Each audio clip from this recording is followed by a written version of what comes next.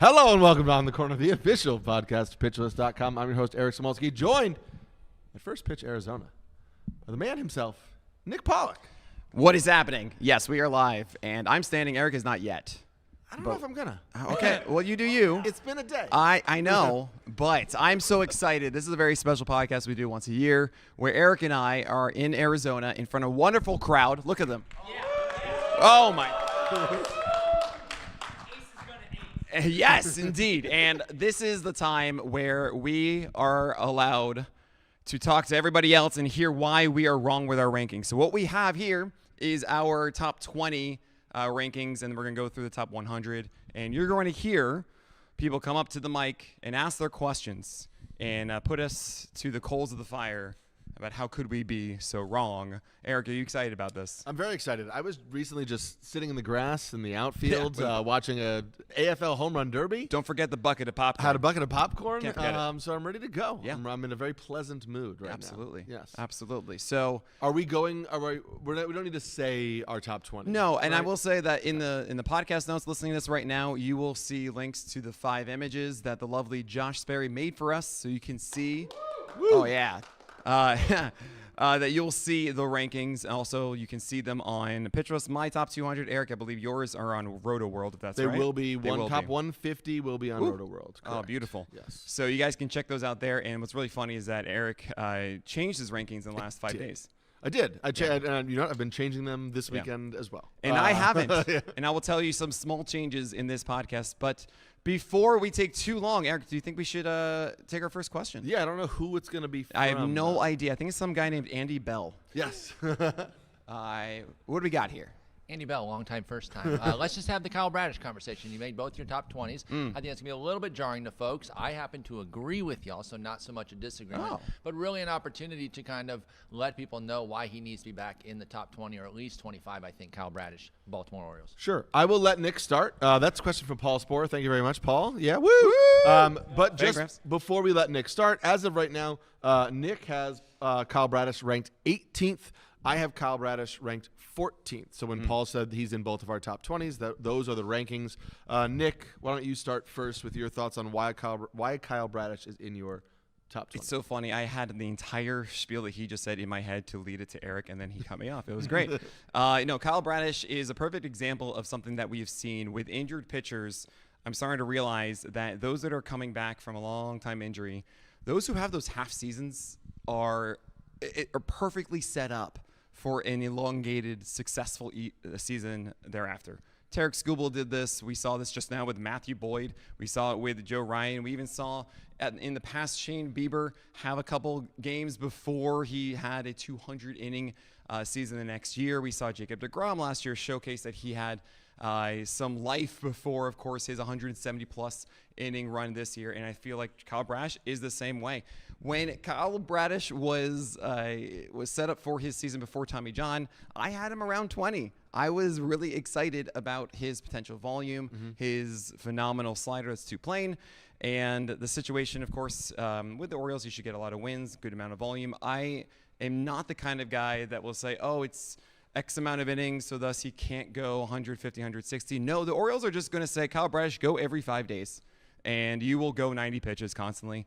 I think this is such a lovely floor pitcher with Bradish, good strikeout rate and everything. I think it's great. Yeah, I used deGrom as an example for this. Obviously, deGrom in 2024 came back through 3 starts, so we knew that he was healthy coming off the surgery. We got a sense of what his arsenal looked like, that it seemed like anything was majorly out of whack. It wasn't. So I felt like we went into the offseason expecting a fully healthy deGrom.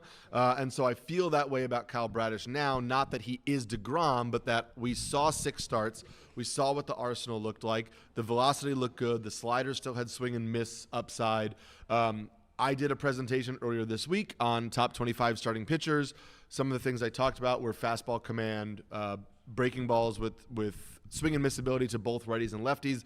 Bradish has that. The four-seam fastball isn't great, but he's a 2-fastball pitcher with a sinker and a four-seam fastball, so I think that will keep people from sitting on the four-seam fastball. The slider to righties and the curve to lefties both missed over 22, had a swinging strike rate over 22%. Small sample size of just 6 games, but that gives us swinging strike upside to both righties and lefties. It gives us 2 fastballs. The sinker he commands in the zone better than the four-seamer. And as Nick pointed out, I think that Baltimore is going to be a decent situation for him. And so I had him as a top 25-ish guy before. And so I have him 14 right now. I will say, and we should say this for all of the rankings, Nick and I both collectively have tiers of injured pitchers, and they are just listed together as injured pitchers, and both of us have them in like the 50-60 range or whatever. So there are some guys who ended the year injured, like your Garrett Coles and Pablo Lopez's and other names like that, Schwellenbach, where like maybe those guys come into the season healthy and they bump Kyle Bradish down a couple spots. Who knows? But as of right now, those guys are not factored into this part of the rankings. Yeah. Does that answer your question? Oh, thank you so much, Paul Sporer. Everybody applaud Paul Sporer. Thank you for that question. Incredible. All right, next person. Who we got? Who are you?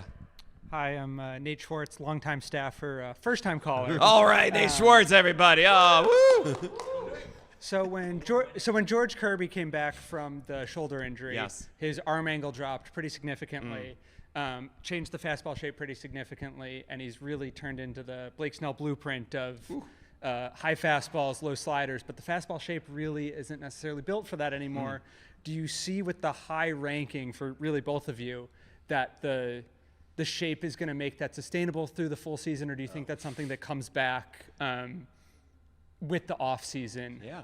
Really quickly, Eric has him at 11, which actually I didn't realize you did. I also currently do not have him at 11. Yeah. So I will say this is already changed. He already updated these, and now it's different again. But he is still in my top 20. It's just November. You've done like 5 updates already. No. Well, because again, I just did a whole presentation on top 25 starting pitchers, and so Kirby for me became more of a fringy option for that. I have him now down at 17.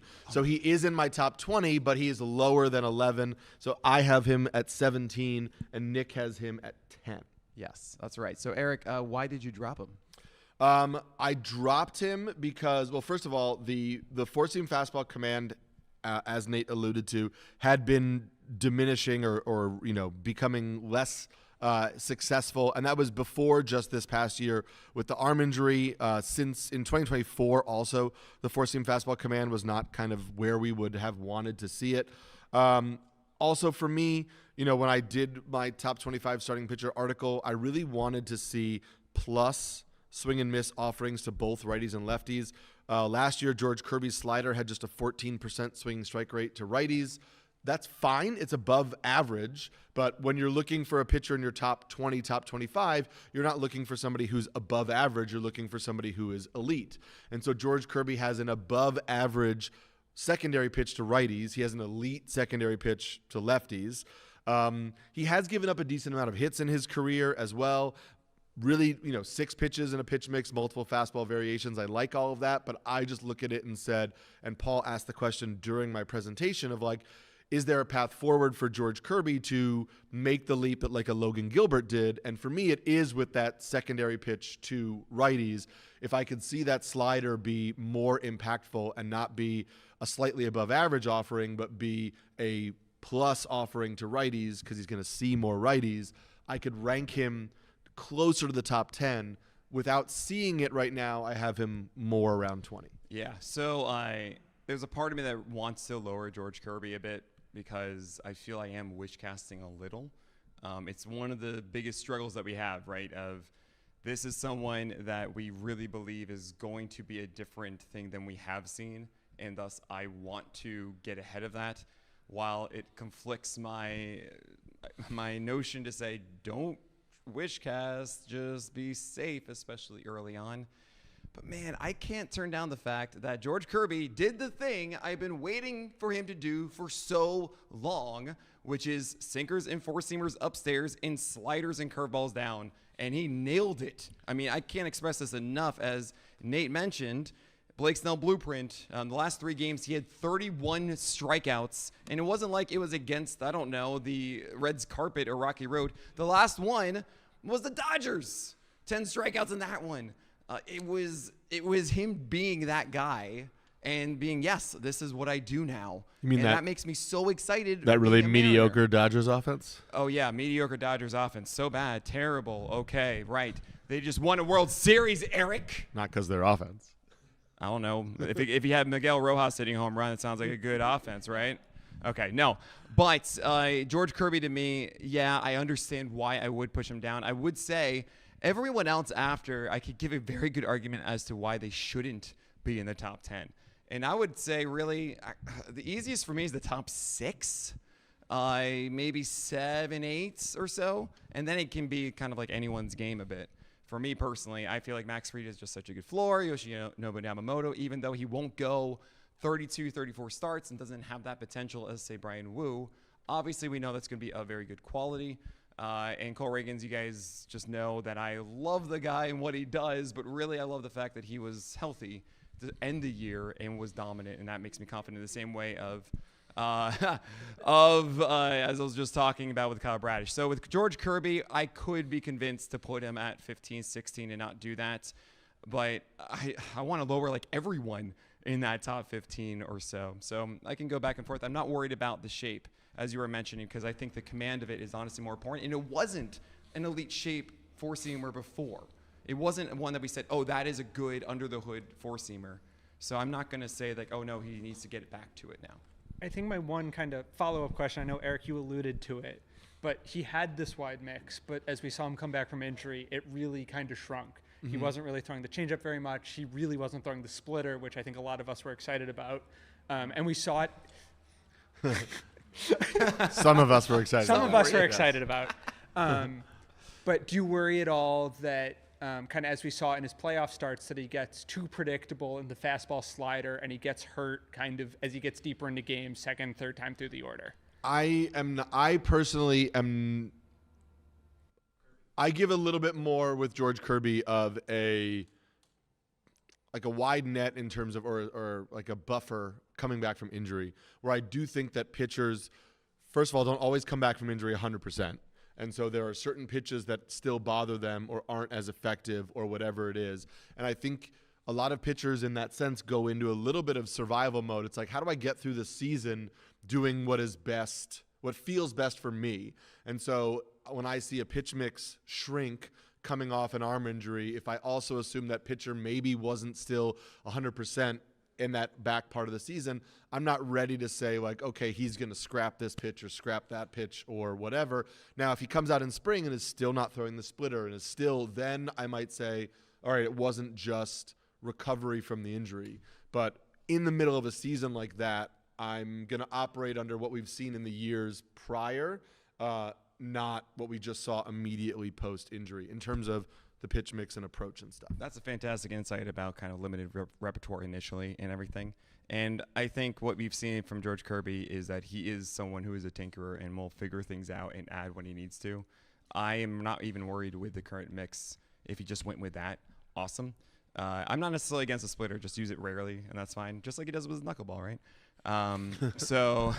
So hopefully we do see, if we see the same thing that we saw at the end of the season from George Kirby, I am really, really high on him, which is why I have him here, but I could be convinced to be putting him at 15 or so too. Thank you, Nate. Nate Schwartz. Oh, great question. Yes. All right, we have Larry up here. Larry. Yeah, Larry Seeley. Hi. Are these ranks meant to be ranks that you would draft at, or are they based on skill? Because if you would actually draft to these, you seem to be embracing a lot of risk. The bottom 8 on Eric's all have a lot of scars. Sure. So, very good question. Personally, I approach these ranks as ranks that I would draft at. However, I would probably skip all those pitchers you mentioned that have scars. So that's just how I would draft strategically. Like, I get to a point where, I don't really want to put Chris Sale inside the top 20 or Blake Snell inside the top 20 because I don't trust the volume. But if I look at the pitchers behind them, realistically, if I'm if I'm at a point in my draft and somebody says, you have to draft a starting pitcher here, it's Chris Sale or it's Freddie Peralta, I'm probably not taking Freddie Peralta. But what I probably am going to do is punt on the starting pitcher at that point altogether and take a hitter and then jump back into starting pitching when I feel like, okay, if Chris Sale and Blake Snell are here, now when it's like, 20 somewhat starting pitchers have gone off the board, then I feel a little better about the risk. Or somebody else has taken them and that's fine. And so like Nick and I were looking at the pitcherless mock draft that we did a couple weeks ago and starting to look at where pitchers were going. And I feel like, if I get somebody that's inside of my top 10, 11, or 13, because even like somebody like DeGrom, he has his scars, but I still trust Kyle He Bradish. refuses. Yes, but if I draft one of those guys in my top 10, whoever falls the lowest, I'm probably going to sit on my hands with starting pitching for a while. Let somebody take the Sales and the Snells and the Glasnows, and then I'll get back into starting pitching after that. It's a really, really hard thing. And we've been talking about it a lot of like, maybe we should just be putting Tyler Glasnow outside of it, right? Maybe we should be. I moved him down to 23rd. Unbelievable. Eric, it's okay. And like I constantly say, I don't want to draft Dylan Cease or Blake Snell because I don't want to deal with the anxiety of it. I don't want to deal with just what are they going to be. And just as a fantasy manager, it just drives me up the wall. There is a conversation to be had as these, yes, to answer your question, are if I'm drafting today. That is what I do in season with the list. It is if I'm drafting today in a 12-teamer, this is how I would draft. And it sometimes gets interpreted as rest of season ranks as if it's a best ball, right? And that is completely not it because I draft in a way knowing I'm going to be replacing guys off the wire. So then I want to put myself in a situation where I'm drafting someone later on in my draft who is I can make an early decision on, I need to move on to somebody else instead of trying to aim for the 60th on the player rater or something, which generally is just volume the full year, but they actually aren't good for you in whip and ERA, and you're better off just burning and churning on the wire to get better value. So here, the question really is, if I have Tyler Glasnow at 15, I'm saying I want them more than Hunter Brown and Joe Ryan. It's because I think if this is all assuming Tyler Glasnow's pitching to start the season, right? If he is, when he gets hurt, I'm saying that Tyler Glasnow plus whoever I get as replacement level is going to be worth more than Hunter Brown or Joe Ryan. That is what I'm saying if I'm putting him there. And I don't know if I agree with my ranking right now. It might change. I might just be happier that I have Joe Ryan or so. But then Joe Ryan has risk, right? We can see in the second half a lot. Oh, man, is that home run rate going to stay at 2? I don't think it will. I think it's going to come down, but maybe it doesn't. Hunter Brown to me is risk because, as you guys know, I wonder how much Brown can do for you, right? That's what I constantly say. And yes, he doesn't have a secondary with a big whiff pitch. Yes, his four-seamer velocity was 97, 98 all of a sudden last year, and that really propelled him.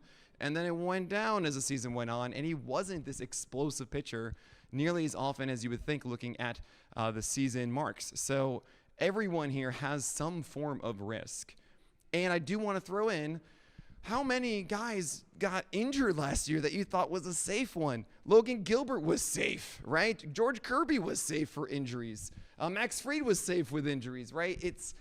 We can go in and say, well, these guys are going to give us 180, these are going to give us 120, but that's not the reality, not set in stone either. So that also pushes me toward drafting Glasnow, a DeGrom, a Chris Sale type a little bit more than I feel like inherently I would want to.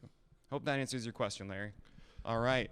On the board right now are our rankings for 21 to 40.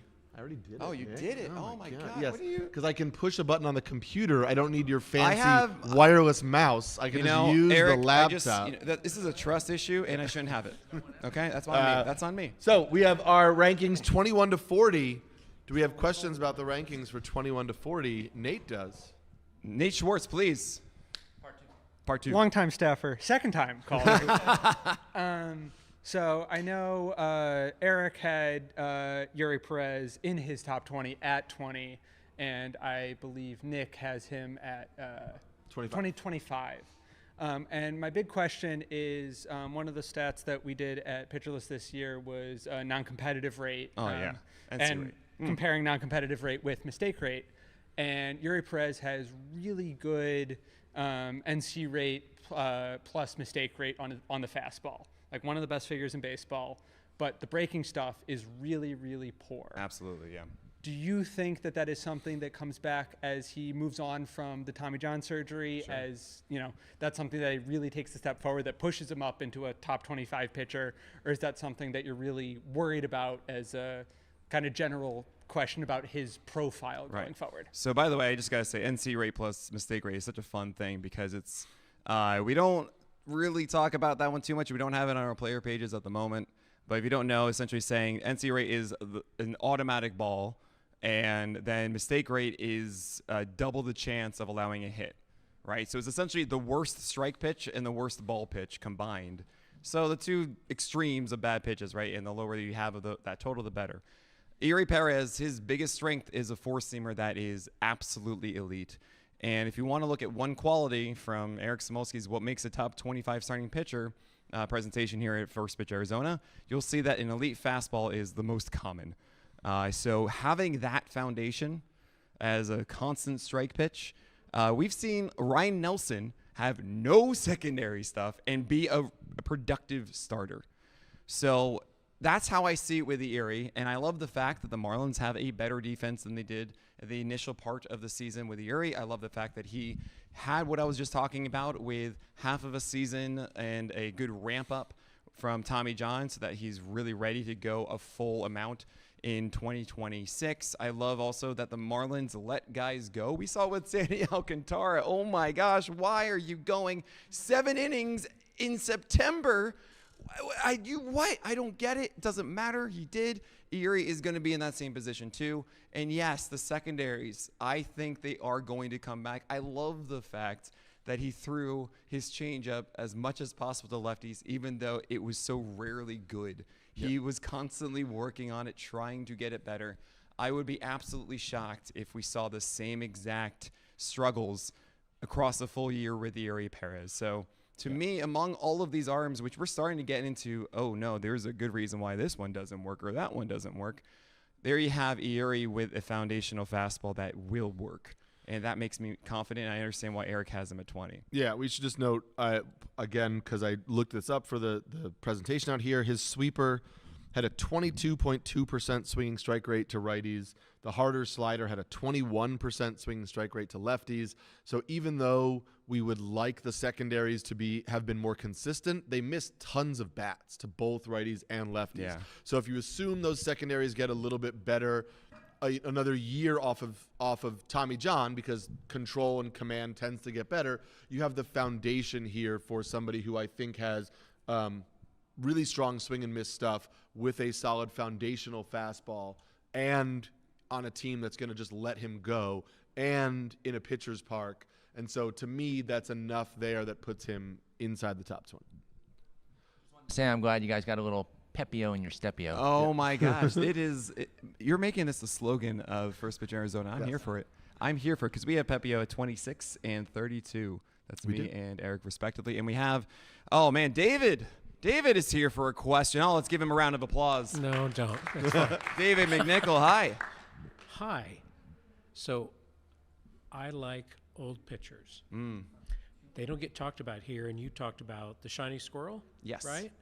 And so there's Logan Webb, but Robbie Ray. So I would like to have a discussion about Robbie Ray because everyone's forgotten about him, right? Oh, I haven't forgotten about him. How could you with his grunting? And his pants. Yeah, I wasn't going to go there. I knew everyone else would. No. 32 for me, Robbie Ray. 36 for Eric. Really quickly for me with Robbie Ray, it's a case of I don't know what I'm going to get every day, and I hate that. I hate the fact that I saw him go like 70% four-seamers some days, and then he would go 45% others, and it's not even like a platoon split that he's doing. He's just like, well, I'm not going to throw my slider today or my curveball or my changeup, and I just don't love that. I also feel that it's very much linked to his fastball velocity, and he did actually gain a little bit last year. I do have my worries that it fluctuated as the season went on. And he gained, but was still below average for starters. Right. Oh, 93.6. Lefty bump included. Sure. Yeah, included though. So it just feels to me like I have it as Ray, Webb, and Valdez, and I really group them together as these volume arms who should get wins. I hope their whip doesn't hurt me, because that is absolutely a potential problem for Ray, Webb, and Valdez throughout the year. And I don't know how to frame that, because I think with Chase Burns and, Dylan Cease, and Michael King, Rasmussen, and Schlittler, I will get a better understanding if this is working out, maybe not Dylan Cease, than Ray, Webb, and Valdez. So there's a bigger chance that I'm stuck with a lame duck or whatever is a goose egg in August with those guys than I am the other, which is what is making me more inclined to go for the other ones over the old guys. And for me, it's in addition to the below average velocity for Robbie Ray, his fastball command is below average, and he only has one fastball variation, which is the trend in baseball right now is multiple fastball variations and from pitchers for various reasons. But so I have a guy whose fastball velocity is below average, command is below average, doesn't have a secondary fastball to kind of keep people off of that singular fastball. And so I think that gives him a larger risk factor, because there isn't that ability to say, okay, if this isn't working today, I can jam hitters inside with the sinker a little bit more, or, hey, if I'm not getting ahead with the fastball, I can get ahead with something else. He has a pretty narrow pitch mix, and as Nick pointed out, doesn't have a consistent pitch mix in terms of like, this is the pitch he's going to every single time. The swinging strike rate, the swing and miss stuff is still there. And so, that's why I have him 36. Like I'm still happy to take him on my team. It has risk without the upside of like those Snell, Glasnow, Sale risk guys we talked about before. And also, it's really funny. Robbie Ray did have a sinker when it was on the Mariners. Yeah. And the Giants like, why would you throw that?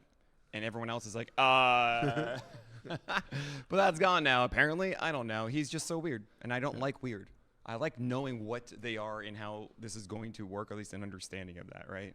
So if it's weird, I'm not for it. But thank you, David Nickel. Great question. Because we haven't talked about Ray enough. Yeah. Please. Yes.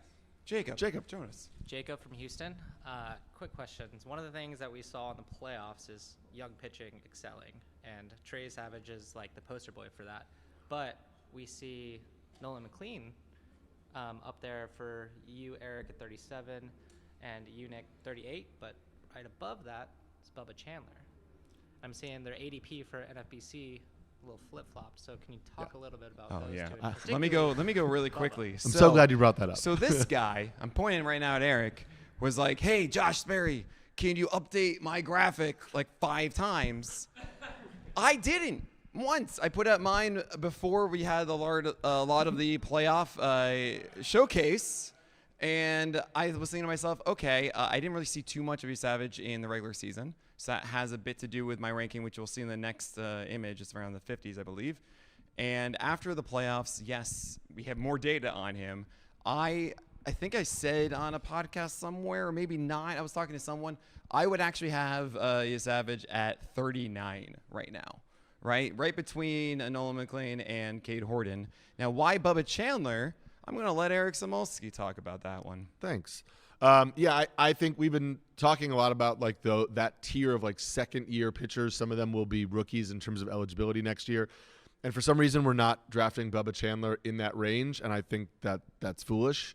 Why? I think, first of all, the way that Bubba Chandler's situation unfolded this year has people very critical of him.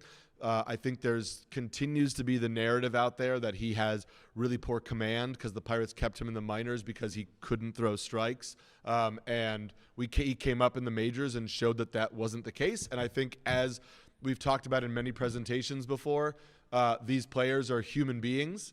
And Bubba Chandler was somebody who vocally was upset with the fact that he was not called up, and he basically said, what else do I have to do to get to the big leagues? And then after he vocalized in an interview that he was upset, all of a sudden he started having 4-walk games, 5-walk games, but he wasn't having those in May and early in June. And so to me, it's not a stretch to say, here's a guy who's very upset with the way he's being treated. He's either pitching frustrated or he's pitching trying to aggressively prove something so that he can get promoted. The results get out of whack a little bit. He finally gets promoted. All of a sudden, those command issues they vanish when he's up in the big leagues. And so I think that that's a little bit of much ado about nothing. Now, Nick's not criticism, but hesitation with Bubba Chandler is that he's a righty who really relies on the changeup. And so that can be problematic in terms of saying, oh, you know, where's the value here in terms of like the secondaries? When I look at it, I think the slider got good grades when he was coming up as a prospect. The slider had below average swing and miss overall, but the slider had a 24% put away rate when he was up in the big leagues. The average for starting pitchers was 18%. He only threw the slider 25% of the time in 2-strike counts. That's well below average. It's like 35%. It's like it's 31st percentile for starting pitchers. So I see a pretty clear path forward. It's not the slider doesn't miss bats, because when he throws it in 2-strike counts, it misses tons of bats. It's whether it's the sequencing or how he's using it. So I still see the slider being a pitch that can miss bats. We know he has the changeup. We know he has the fastball. So I'm super happy with Bubba Chandler, and I would be taking him over Nolan McLean and Chase Burns. Yeah, I mean, it's four-seamer command is really the thing with Bubba, so I love that. It's also just we haven't seen enough, too. We just have not. You know, we've seen Chase Burns have 3 straight double-digit games, and he did that against the Dodgers, too. Don't say anything about the Dodgers again, please. Thank you. We saw Cam Schiller have a fantastic time. We saw Nolan McLean have his run, too, and everything, right? But Bubba Chandler was just like this little squint of what we're going to get. And with the slider, it's not like your 90-mile-per-hour one. I think it's 87, which is good, but it's not the 89. It is 89. Mm-hmm. Okay, well, that's a little more encouraging. I hope it's not because he was in relief at the time and like as it started, it held over. Yeah, but I think he's great. I'm trying not to chase the shiny squirrel, as David mentioned, and I feel like Bubba is that a lot, and I don't know what to do. That's the real answer there. Thank you so much, Jacob from Houston, for that question. Kyle Bland is here. Oh my gosh, Director of Analytics and the grandfather of Process Plus. Kyle Bland, longtime data guy, first-time talker. So, Eric, you have Logan Webb 28. Nick, you have him at 33. Yeah. This is a pitcher who just finished SP 21. Oh, don't do this to me. With a 3rd percentile BABIP. Wait, hold on. How is he going to be even worse than a 3rd percentile BABIP return? I got this. Oh man, this is easy. Go for it. So first of all, and this is so easy. He had the most strikeouts, right? He had I believe it was the most strikeouts in the NL. With a mid-20 strikeout. And what was rate, his final SP rater? What was it? 21. 21. Yeah. With that. Oh, man. So I understand that BABIP was bad. You're going to have a higher BABIP when you have as many ground balls as Logan Webb has. 3rd percentile, I understand. 346. You're not going to be like a 70th percentile. No, but hold on. Let me finish my point, Kyle Bland. Logan Webb does. Get to it. He also does have a career 8.6 hit per 9, which is below average. So he has always given up more hits. Here is the thing. And here's the biggest thing. So his strikeout rate in the first half, I'm looking like Bernie Sanders the way I use my hands right now, was far higher. It was the 1% of the 1%. But he has a really good point, Bernie Sanders, about the 1% of the 1%. But Logan Webb was throwing so many strikeouts, was getting so many strikeouts that was just not sustainable because he's only had all 4 pitches working for like 2 months, and that's when that was at its peak. We saw in the second half the strikeout rate come down. And what happens when your strikeout rate goes down? More balls are in play. So even if the BABIP does come down, you're going to see more balls in play, and that hit per 9 that Eric is just mentioning does not plummet as much as you think with the BABIP regressing. And the biggest issue I can't express enough is that even last year, with more strikeouts, yes, the BABIP was so bad, but yeah, it was a harmful whip for your team. And it was a harmful whip with so many innings, which is an even greater anchor holding you back in that category that is really hard to dig out of. So that's really the thing. I don't think that the strikeouts will be as high as they were, and he still has the same whip risk, which is why he's down here. So the second half strikeout drop. Yes. Allows more balls in play. Yes. That happened. And he's still SP21.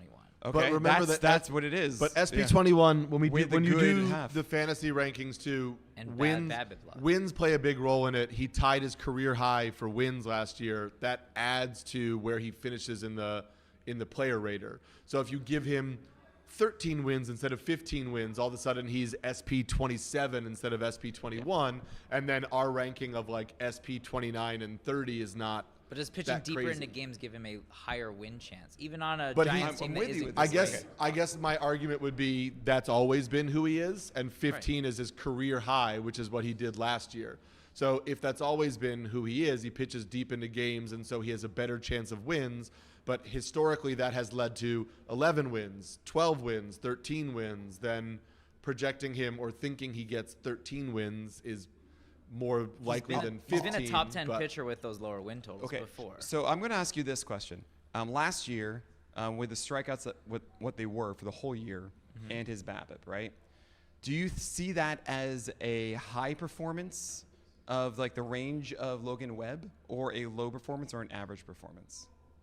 You Of said quality. you're talking 3 different stats. No, I'm just high, saying, like, low. where in the range of like Webb outcomes do you think that was last year? I think the strikeouts are on the high range. I Yeah. think the BABIP is on the floor. I Right. So think the where is BABIP it overall I as think- like percentiles? I think he regresses to a better place. Not the question. Last year, what is his 0 to 100? 100 being the best version of Logan Webb we could get, 0 being the worst. What was it in 2024? If I think he's regressing to a better version, then he's going to be Not 40th going. or What was 30th he in 2024? 40 or 30th. Because Oh, then you think he was regresses up- underneath his? I think he underperformed because that's how okay. he regresses to a better version. That's of what I'm himself. getting at. I don't Yes. think that was underperforming. I think that was overperforming. I think the strikeouts were overperforming, and even though the BABIP was worse, I see the package and everything. That was a better version than what we'll get this year. That's what I'm getting at. You see, he's going to be a better version, and that's where the disagreement is. Yeah. But I think that because the strikeout rate comes down, then you're going to have this kind of similar hit per 9 without the strikeouts. Okay. That's how I see it. Sounds good. Yeah. Thanks, y'all. Oh, thank you so much, Kyle Bland. Oh, absolutely. All right, we're going to go to the next one here. 41 to 60. And here, oh my gosh, look at this guy. It's Trey Yesavage. This is after your update? No. Oh my. Where is he, Eric? Where's any of these? What do you mean? Where are any of these? Well, I don't know. You have another update that's not even here. No, we've had many great discussions and panels here, and so I have been tweaking my starting pitcher rankings. Yeah, all right, fair. You think I don't talk starting pitching with Eno for 15 minutes and then go back to my computer Oh my gosh, and Eno say, Sarris is maybe here? I'll go Oh, this man. way, maybe I'll go that way. So. Yeah, we were like, we're gonna move this guy here and that guy there, and so it happened. Actually, Yeah. but yes, the Trey Yesavage ranking. So Nick currently has him at 57. I have him at 50. Well, according to the graphic. According to the graphs, I will say I still have him at 50. Wait. You still? So this is correct. This is correct for me. I Go to the tape. he is a very, very, very confusing pitcher for me because what he does in terms of like how he attacks hitters, it's hard to connect it to somebody else. Initially, when he was coming up, I was like, oh, it's like a Gossman thing where he really leans heavily on the splitter, and if the splitter isn't there, then he's not going to succeed. But it's not the Gossman thing because he has more secondary pitches that are better, so theoretically he has a better path to success than Gossman would based on his attack plan. And so I will say at this point in the beginning of November, I need to have a better understanding of Trey Yesavage before I feel like I have locked in my ranking of him. He's somebody I'm going to spend a lot of time looking at over the offseason to get a better sense of his approach and how successful I think it can be next year. Absolutely. And I want to say, everybody online right now, thank you so much for your patience. We'll get to your stuff in a second as we talk about Trey Yesavage, but thank you so much for lining up and being ready to take the next question.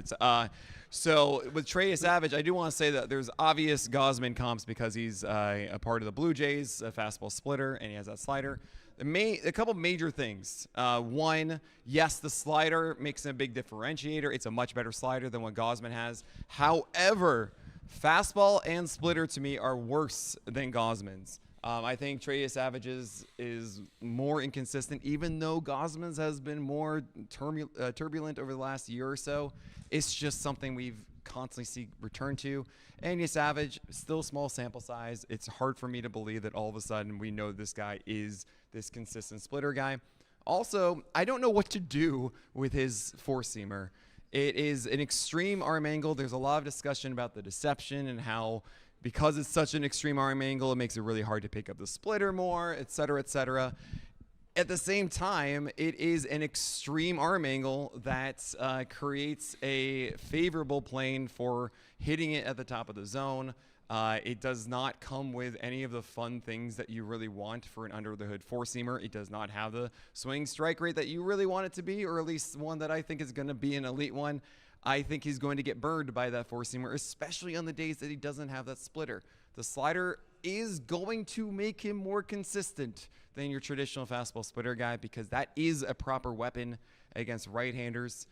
It's just, I don't know. I love the fact that the Jays obviously trust him, and that's good. You don't normally see that from young pitchers, that yes, you're going to go every 5 days. Everyone is probably going to talk about how many innings he goes. I'll tell you right now, they're just going to have Yesavage in the rotation, and they're just going to let him keep going until something happens. So don't think about that in the slightest, in my view, for the year ahead. I kind of just don't really want to draft him. I just don't want to deal with it because it's more of an unknown.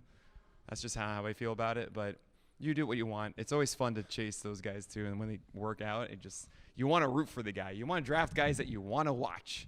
And he's certainly one of them. Chris Webber is here. Oh my gosh, the beautiful Pitcher List shirt too. Oh yeah, Chris Webber, director of product at Pitcher List. Hey guys, first time. Yeah, Michigan forward. Oh yeah, we'll call a timeout for you. What's up?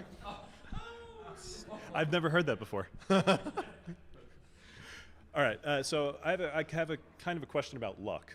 Oh no. Okay. So we've got two pitchers that are in this range, Gavin Williams and Trevor Rogers. In an earlier panel, we were talking about Trevor Rogers, obscenely low BABIP. Also, his hit luck showed it was something. Oh my gosh, minus 23 right. on his four-seamer to right-handers. Yeah, right. Across like 100 innings. It's insane. But Gavin Williams, also incredibly low BABIP. But his hit luck showed most of it was nearly as earned. ridiculous, right? Yeah. So how do you view those two? And how do you do you think one was more earned than the other? So I will say this. I'll hang up and listen. Thank you so much, Chris. Man, we've talked so much about Gavin Williams. A lot. It's hard to really jump massively into it. I personally am not really thinking so much about the luck. I think everyone kind of recognizes that the second half of Gavin Williams was a little iffy. Like, we don't really trust that he's that kind of guy for the long term. Yeah. I don't know the we in this. Yeah, okay. It was also the whole season of it, in the first half, we felt he should be better. Yes. And then the second half, he wasn't getting the strikeouts, but the ratios were there. And it was also, he went full circle with his pitch mix. You know, if you saw me on the craft with Eno, just have a rant about how he started the season, four-seamer, sweeper, curve. And then he tried cutter, then he tried sinker, then he tried this, tried that, and eventually he was four-seamer, sweeper, curve again by the end. It was, I don't know what to do with it. And at the end of the day, what I'm thinking about with Gavin Williams is, I don't know what you're going to do. And I don't like that. And I try to avoid it for the most part, as much as I want to believe that he'll have 7 feet of extension with a high-velocity four-seamer, and then having two pitches that he'll trust with maybe a cutter and a sinker in there too. I can see how it does work, but because it's not quite there now, I don't want to pay for it working. Right. And we should say in the rankings, Nick and I both have Gavin Williams at 47. So even though Nick looks at that as I'm not in on it, it's me not knowing what to do. Yeah, I don't know. I mean, depending on where the draft goes, I might move him up higher, but I just think the first half was what it was. We can't ignore it. The second half showed progress, but Gavin Williams, as I mentioned in the other panel, very clearly is a thrower more than he is a pitcher at this point in his career. He is still learning how to attack And that's why they tinkered with his pitch mix all year. That's why they were adding multiple fastball variations. They drastically changed who he was to kind of cover up from the fact that he is still somebody who doesn't necessarily say, I'm dotting the corner on this pitch. He's saying, I'm going to throw these 3 fastball types, and if I throw them in the strike zone, that is going to lead to that's going to help kind of like reduce contact rather than saying I'm dotting the cutter away or the fastball up. So I think that there is still some risk there with Gavin Williams. What I will say with Trevor Rogers, I guess I have him higher than you because I don't see him on your he's on the last one for you. Who was so it? you have him higher than Trevor Rogers. Oh, yeah, I do. Yeah, so you, I mean, so, well, it's like this is a tier for me from – I want to say it's like where Lodolo is all the way to Gosman. So this is a little bit of like Nick has coined the term the swatch, right? Yes. The southpaw with a tight changeup. With a tight changeup. But those are guys who, historically speaking, tend to overperform, right? Like Matthew Boyd, Noah Cameron this year, Andrew Abbott, Trevor Rogers. We talked about a lot of these guys, Parker Messick, guys who came up and did relatively well, Ian Seymour. Like it is a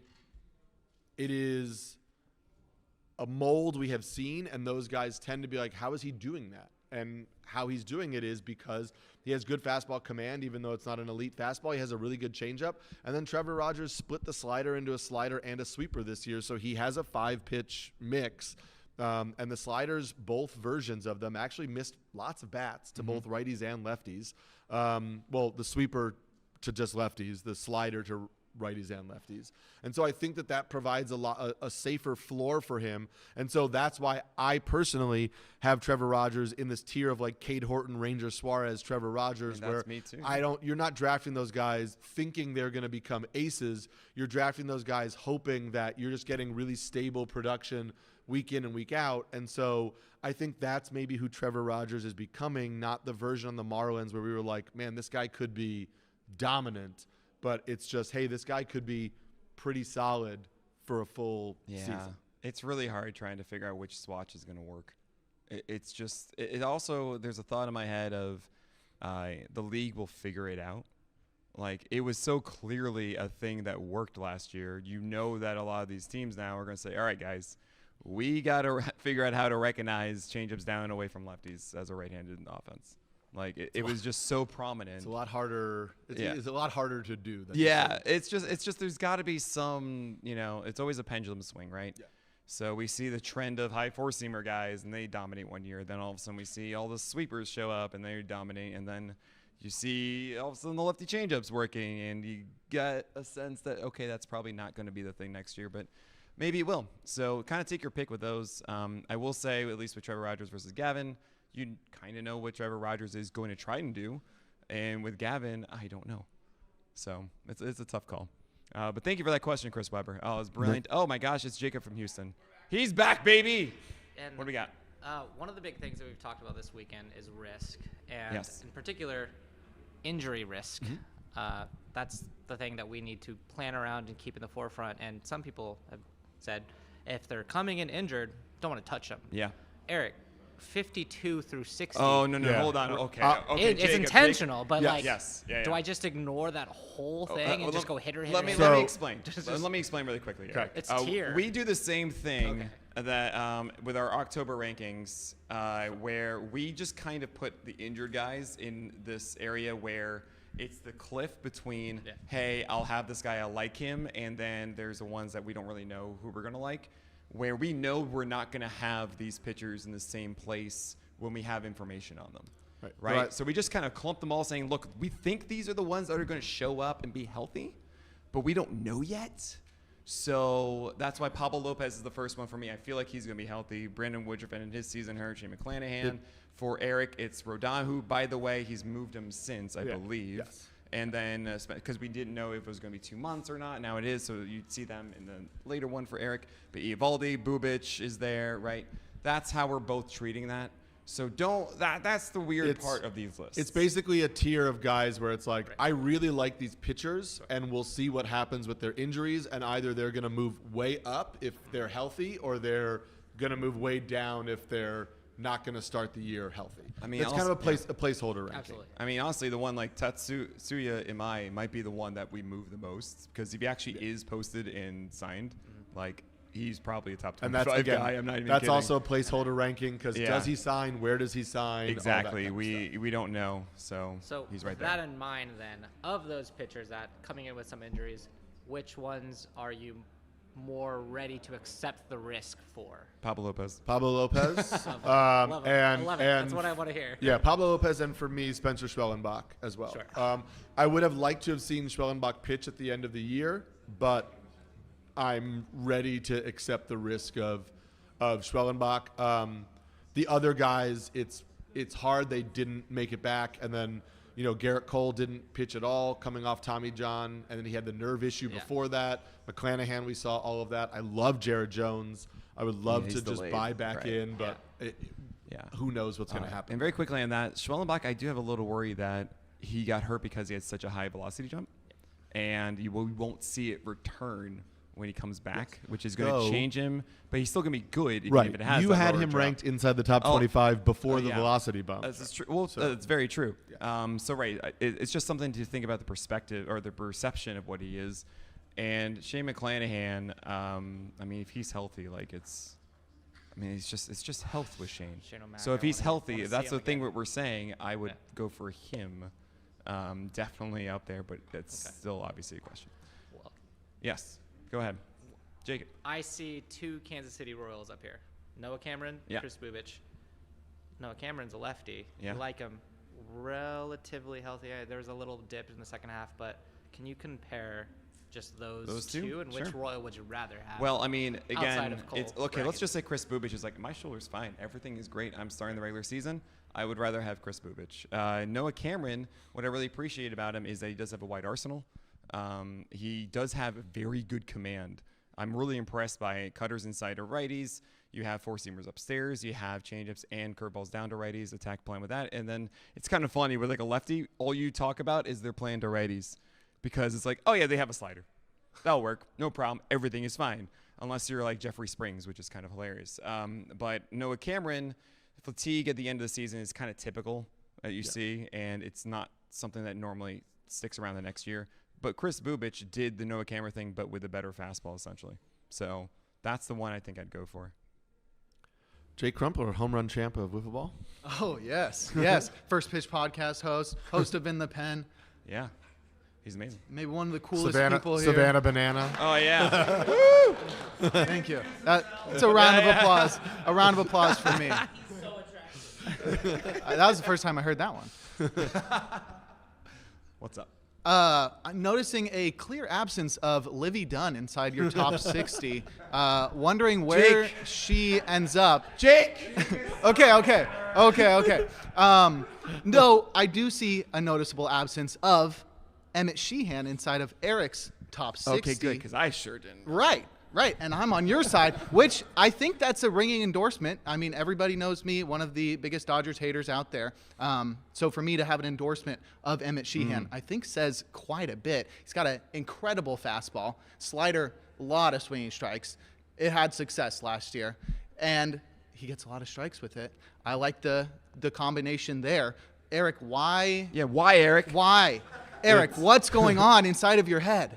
It's honestly just Nick has him right before his injured tier, and I have him right after but why? the injured tier. Right. Do you what risk are you seeing in Sheehan because he's got such a good team around him? It feels like he's got a guaranteed spot in that rotation. Oh,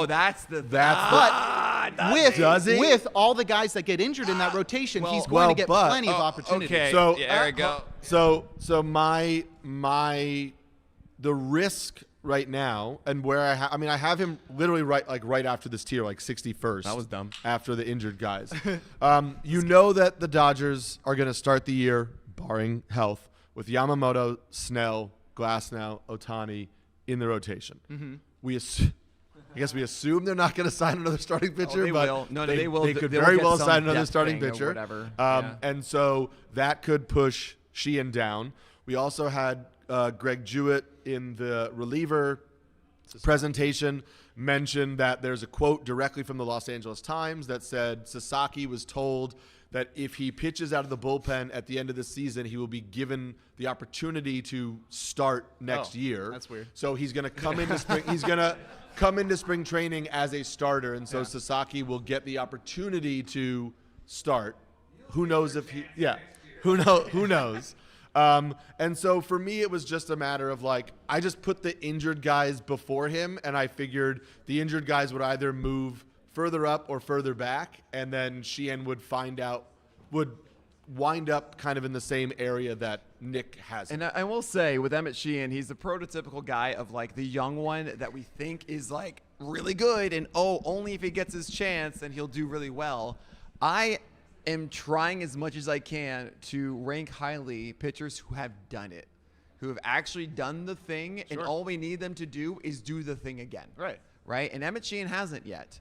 He has in doses. Right. But Dodgeritis exists. Right. And Sure, but I want no anxiety. I think they're going to have a 6-man rotation. They have 3 Japanese guys, a lot of injured I guys. am I with think the you. opportunities there. I for am Sheehan. with you. I It's just also they do- rotate them. Ben Right. Kasparius is the guy, or maybe it's Justin Wrobelski or whatever it is. Wrobelski. And just we will get into this Braxton more. Ferris. We'll get into this more in March, but as we've talked about a bunch, and I know Eno on his podcast points it out a bunch as well, there are going to be a lot of those starting pitchers who come into spring training with no more minor league options. Right. And Emmett Sheehan will have multiple minor league options. So you Good get point. a situation where you have Justin Wrobelski or Landon Knack, and they can't be sent to the minors, but Emmett Sheehan can. So do you start the season with Landon Knack as your 5th starter because otherwise you cut him, or do you start the season with Emmett Sheehan? So there are just lots of reasons Good point, where good it point. could be Emmett Sheehan not being in the rotation to start the year, being a long reliever, being a spot 6 starter if they're going to use him, whatever it is. And there's, oh my gosh, I can't express this one. You want to avoid as much as possible having that guy who gets skipped the first time around. Right. Oh gosh, it's the worst. You don't know. We've seen the retrospect. Oh yeah, of course. He just started on August 15th and everything was, April 15th and everything was great. We don't know that. We're gonna be like, should we be dropping him? It's April 1st. I don't know. I don't know what to do. That might happen with Emmett Sheehan. Sure. And oh gosh, you just gotta like double down on it. Then it's so frustrating. Well, thanks for working through that with me. Oh, Of course. absolutely, Thank Jake. you. We're here. You know, ignore your therapist. It's fine. We got you. We are now moving on to 60 to 80, or 61 to 80, I should say, because it will upset Nick. Shane Baz is not ranked here for me anymore.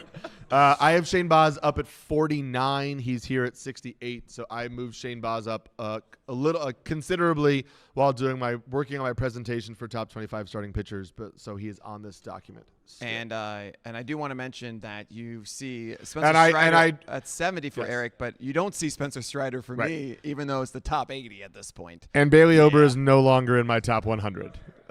So Bailey Ober we'll ignore him on here. Yeah. He's not welcome. Over not the hills welcome and here. far away, yes. Really, for us, actually, it's like mine starts here at 70 to 80 because that's the injured tier ending at Jared Jones there. And then for Eric at 63 with Noah Cameron. And look at this. We have some guy named Sino Harris. He's going to come on up. Yeah. Eno, Enos Harris. what do we got here, buddy? My eyes are going. And Where are they going? I'm trying to look. I'm looking through all the names. And I'm like, yo, I know this guy with like a really awesome breaking ball. He's got 2 fastballs and he pitches in a pitcher's park. And I'm pretty sure he has a spot in the rotation, but I don't see him on here anywhere. Where is Braxton Ashcraft? Oh, don't do this. So this is really funny to me. So we did a podcast network mock draft in the middle of October, and it's one of my favorite things we do every year as a staff, is because we don't really have any sort of 12-teamer ADP out there. And certainly for me, who has no hitter ranks, I'm the guy that took Junior Caminero 6th overall. And everyone goes, okay, Nick, I'm glad you do pitching. So here's the thing, though. Eno was in it because with the Kraft on our network. And as the number 1 slot, I believe you took Ashcraft before the 20th round. Is that right? It was like the 17th or 18th. I was, is it Graham? No, it's Braxton. And I have a couple things Graham about. would have been way worse. Yeah, that would be really funny. For the record. I was like, way worse. I was like, I didn't know. I was like, did Jake and Rick talk about him being a closer or something? Is that what I'm missing? No. With Braxton, I don't like his fastball. I just don't think it's that good. Yeah, he has 2, and that's cool. So does like Kyle Bradish, but I don't like those fastballs. Oh, that's a fun one. I love that. I don't know. I don't think that the slider movement or the curveball movement is quite the same. Actually, the command really is not the same either. It's also the Pirates, and the Pirates don't know what to do with him. They have not treated him like a proper. Spore says they don't know what to do in general. Also, I don't know if he's going to. They have a lot of choices. Too. If Jared Jones is back, is he in the rotation? Because, again, we'll talk about this again, Mike Burrows, no minor league options. Happy birthday, Mike Burrows. Also, Toby brought up Mike Jacob Burrows. Toby brought up Mike Burrows on the starting pitcher panel before, but Mike Burrows has popped for me in a lot of work I've been doing in the preseason as well, where, like, I think Mike Burrows gets a shot in that rotation. And so this is also me being like, oh, my God, they're going to start Bubba Chandler in AAA again next year. No, they're not. But they could very well do that because it's the Pirates. Gosh. But, yeah, I like Braxton Ashcraft. Yeah, I like Braxton Ashcraft. Mitch Keller. The other one. What, Hunter Brown? Oh, man. You hear the cheers from the crowd. It's incredible. I will say with Braxton Ashcraft, can you tell me a good start he had outside of Rocky Road? Yeah, He's like, no. you expect him to No, not really. Everybody besides Nick just memorizes really. starts all the time. And that was the one where it was Bubba Chandler's debut, and we're like, all right, Braxton, like, come on, give us like 3-4 innings, and then he went 5, and we're all just so upset. And that was it. That was when everyone started focusing on Braxton Ashcraft, only because we were focused on Bubba. I know everyone. Also, you are not everyone, Eno.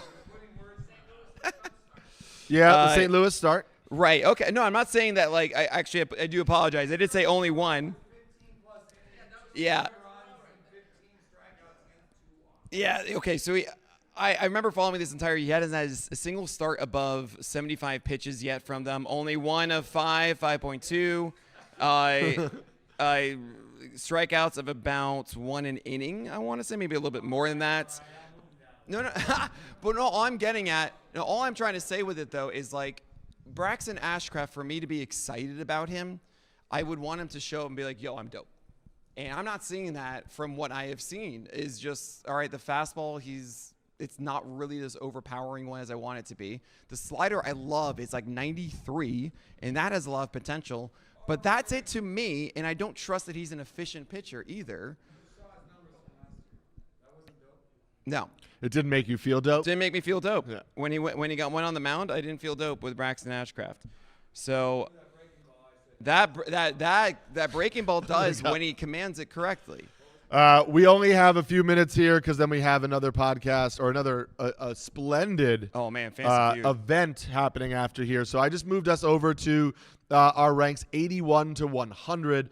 We've got a few questions, a few people lined up to end it off here. This is so funny. Josh Berry highlighted Andrew Painter, and I'm like, I hate this. So Rick Graham, lead it off with this question. Yeah, so I feel like Mackenzie Gore, because I was going to bring it up Mackenzie Gore, the last one. On the last one, Eric had him at, I think, in the 70s. Nick's got him at 81. And just, I guess, Washington pitchers in general, whole new organization, right? Pretty much whole new staff. Like, is there?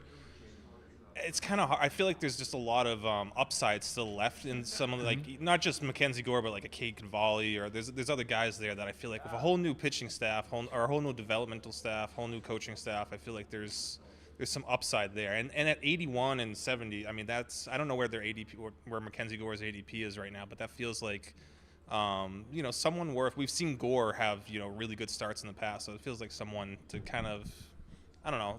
This feels like there's still upside left there for Mackenzie Gore. I'll take this really quickly. Braxton Ashcraft breaks the Wasker, rule.